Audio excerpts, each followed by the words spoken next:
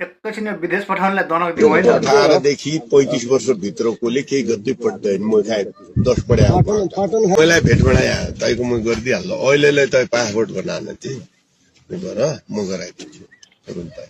केही दिनमा 4-5 हजार खुल्ला छ केही नबोलौँ भनेको फेरि यी भोसडीहरूको यस्तो यस्तो चत्रिकला देख्दाखेरि पछाडि यार चुरुक्क उठ्न के भन्न मन लाग्छ यार रोहिदा यार तपाईँले कहाँबाट भेटाउनु भयो कि यस्ता यार गु नेताहरू यार कस्तालाई नेता बनाउनु सोच्नुभएको छ अनि तपाईँले यस्ता हिँड्दाबाट भोटुवा टिपेर तपाईँले नेता बनाएर देश चलाउँछु सरकार बनाउँछु भनेर यो कल्पना गर्नु यो तपाईँको पनि गल्ती हो रविदा यार युट्युब भोसडी साला अहिले ठाडै जनता बेच्ने कुरा गरिरहेको छ 5,000 पासपोर्ट बनाऊ 5,000 को कोठा छ विदेश पठाइदिन्छु भन्छ ए सुने भोसडी विदेशमा तेरा बाउ बछान पैसा बुटो सर विदेशमा जाने बित्तिकै पैसा कन्त्याउने घुम्ने कुर्सीमा बसेर पैसा पाइन्छ भने सोचा विदेशमा कहिले गएछस् विदेशमा काम गरेछस् कहिले गएर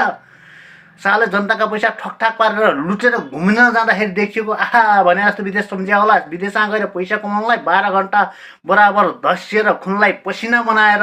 बल्ल पछि पैसा पाइन्छ भोसडी यतिकै पैसा पाइन्छ विदेशमा कहिले विदेशको काम गर्नुपर्छ पहिला थाहा भए लेबर दुःख भनेको के हो साला लुटेर खाका जसलाई दुःख थाहा हुन्छ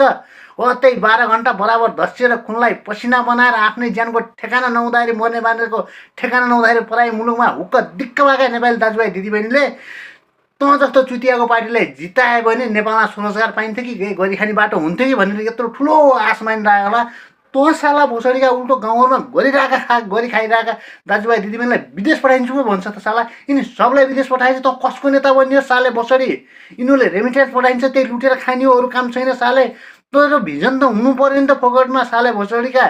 त केका लागि नेता बनियोस् मान्छे विदेश पठाउने नेता बनियो त दलाली काम गरिहाल्यो भइहाल्यो नि त यिनीहरूले पठाइदिएको रेमिटेन्स छन् त्यही लुटेर खाने अर्कोतिर भिजन छैन साले भोसडी विदेशमा छरेर दुःख परेका दाजुभाइ दिदीबहिनीहरूलाई स्वदेशमा फर्काएर यिनीहरूलाई रोजगार दिन्छौँ हामीले आफ्नै ठाउँमा गर्नुपर्छ कि आफ्नै ठाउँमा आत्मनिर्भर बन्नुपर्छ भन्ने एउटा विवेक त राख भोसडी साले दुःख भन्ने के हो गरेछस् कहिले कहिले एक दिनभरि घन्टटाएर खा दुःख के हो थाहा पाउँछस् भोसडी साले